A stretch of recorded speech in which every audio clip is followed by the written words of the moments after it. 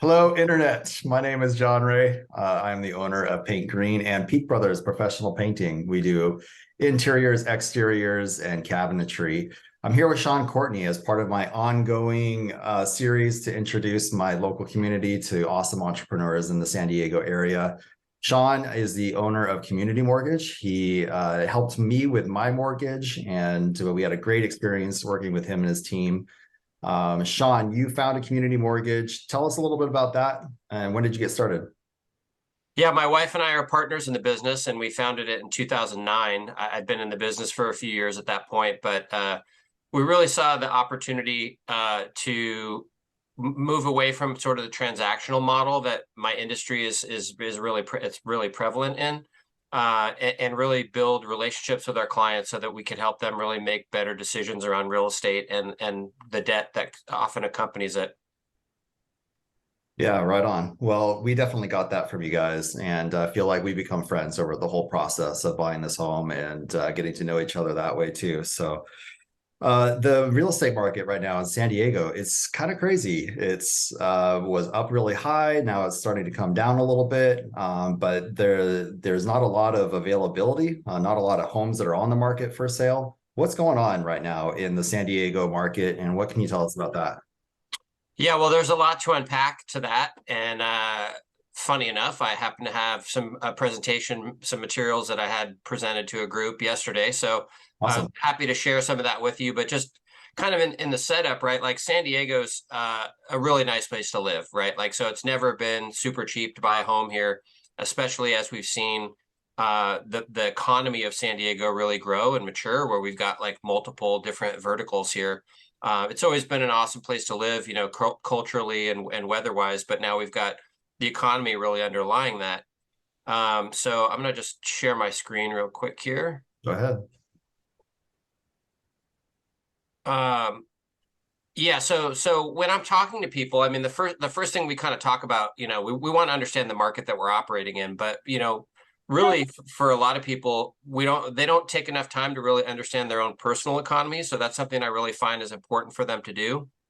And then what their advantages are, kind of who's on their team. But in terms of the market, which is kind of the question you asked, we're seeing a few things. We're seeing inflation cooling. We're seeing what comes along with that is likely that mortgage interest rates will decrease. As you said, we're in an environment where we've got very low supply, and we've got layers of demand. So what I mean by that is, as rates move around, and rates sometimes have been going up and down over the last few months, we see sort of these pools of buyers who are now qualified to buy or don't now able to buy based on their budget.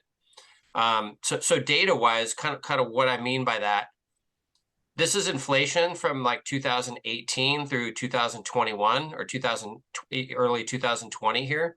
Pretty steady. It had been that way for the last 5 years or so before we saw COVID hit. Sort of a lot of businesses shut down. The economy was really stagnant. We saw inflation go down. And then we saw, a combination of factors start to create this inflation peak. The Fed started to move really here. I mean, they were still pumping money into the economy until this point, in early 2022. And this is when they actually started to raise some of their federal funds rates. This is a graph of mortgage interest rates, which usually correlates to the Fed funds rate. Mhm. But we're starting to see inflation peak. The Fed still, they made an adjustment yesterday. They raised the federal funds rate. But we actually saw mortgage interest rates come down this week. They do operate independently. The Fed doesn't necessarily control mortgage rates. So it may be a sign that mortgage interest rates are positioned to start to come down throughout this year, which a lot of the smarter people in the market are seeing these slowdown signs in the economy, which are generally going to lead to lower rates.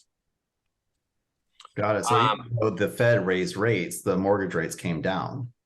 Right. So the federal funds rate is a rate that the Fed charges banks when they borrow money from the Fed.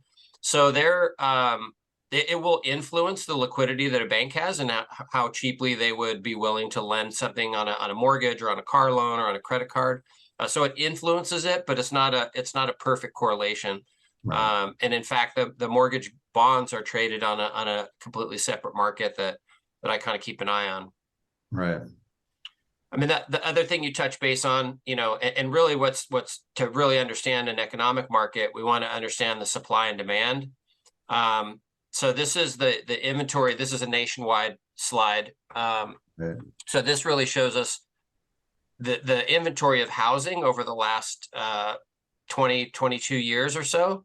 So we can see, here we had pretty healthy times at 2000 to 2005. We saw a big oversupply here, which this is a big part of what contributed to the crash that we had in 09 and 2010 and 11, was we really had just oversupply. And that's why the banks were so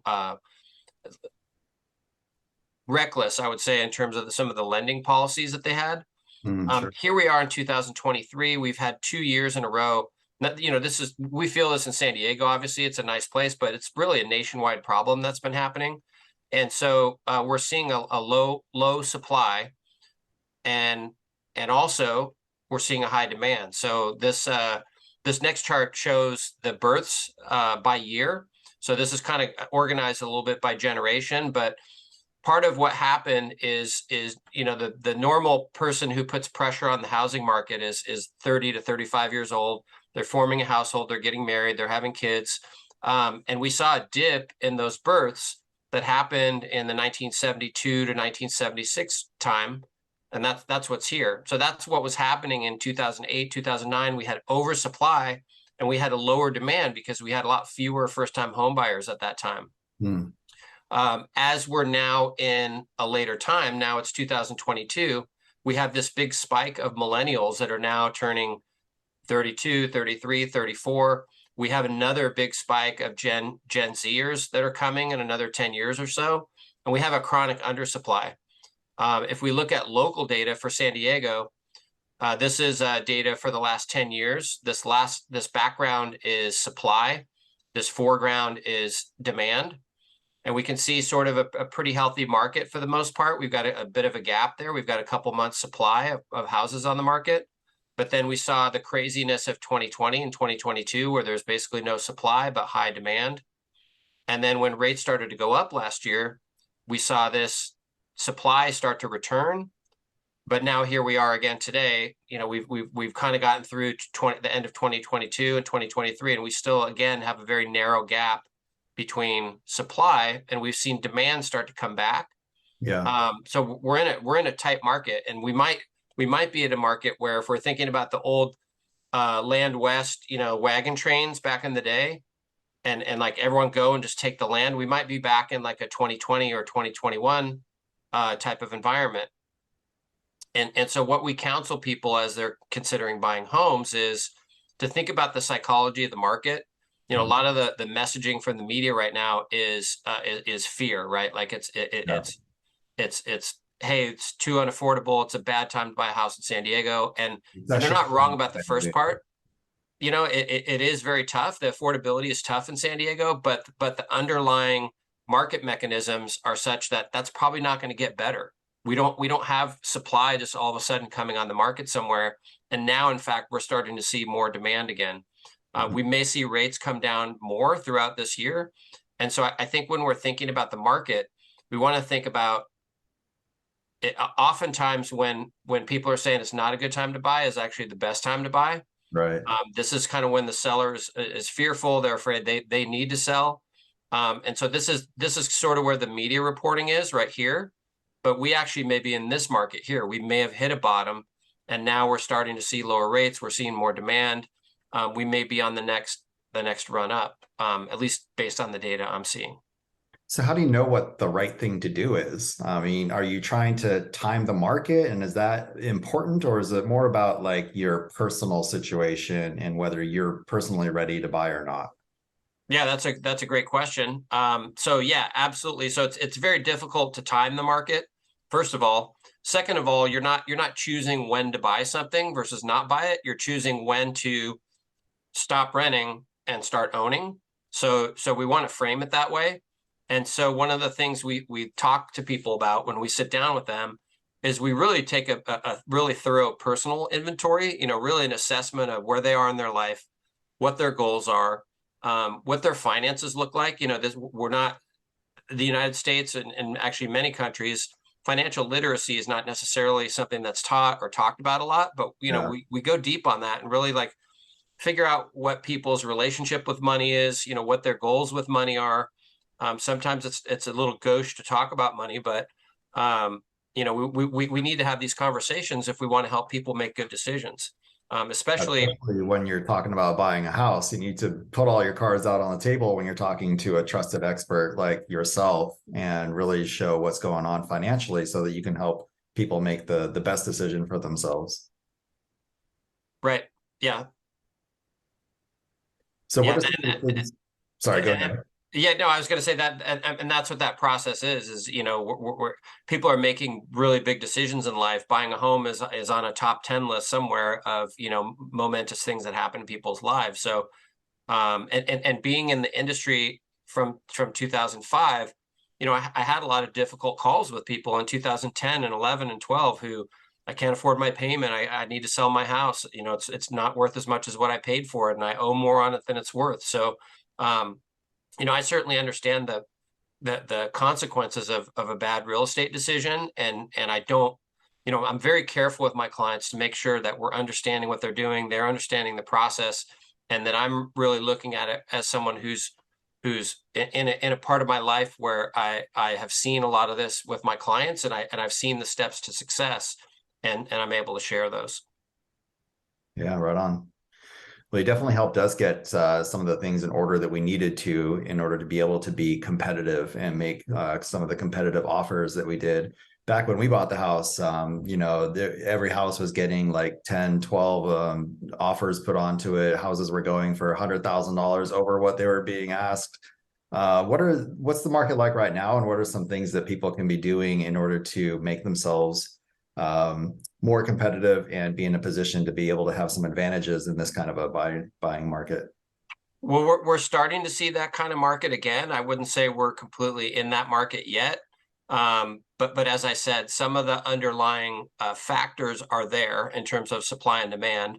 We may see rates come down, and as we see rates come down, we may see a market that returns to that, to that kind of craziness where it's like musical chairs and the music stopped and everyone's trying to get one. A couple of the things that we really counsel, and one is just building a really strong team. We like to think we're a key player on that team in terms of helping people really prepare, get squared away, get their financing in order so that they can be very aggressive. I know we did that in your situation where, we were able to get very aggressive on an offer when you found a home that you liked. We had that all squared away. So, that looks really good to a seller. That looks really good to the seller's agent is, hey, this client's buttoned up. Their mortgage lender is really reliable, has a great reputation. Their real estate agent is highly professional. They're doing a great job communicating, figuring out what it is, the seller and the seller agent, what their key points are. So the first piece is building your team and being on the same page and doing some of that prep. I would say the other part of it is really understanding what your situation is. So if you're a renter, you've got some flexibility to say, hey, we're on month to month. We can be really flexible with our timeline. We're willing to move really fast. So it's giving your real estate agent the ammo that they need to go out there and make a good deal. Figure out what the seller needs and give it to them.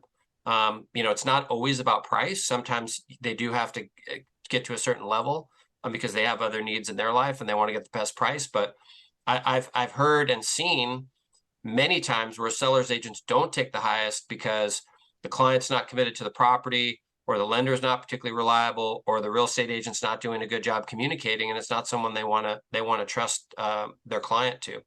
Yeah.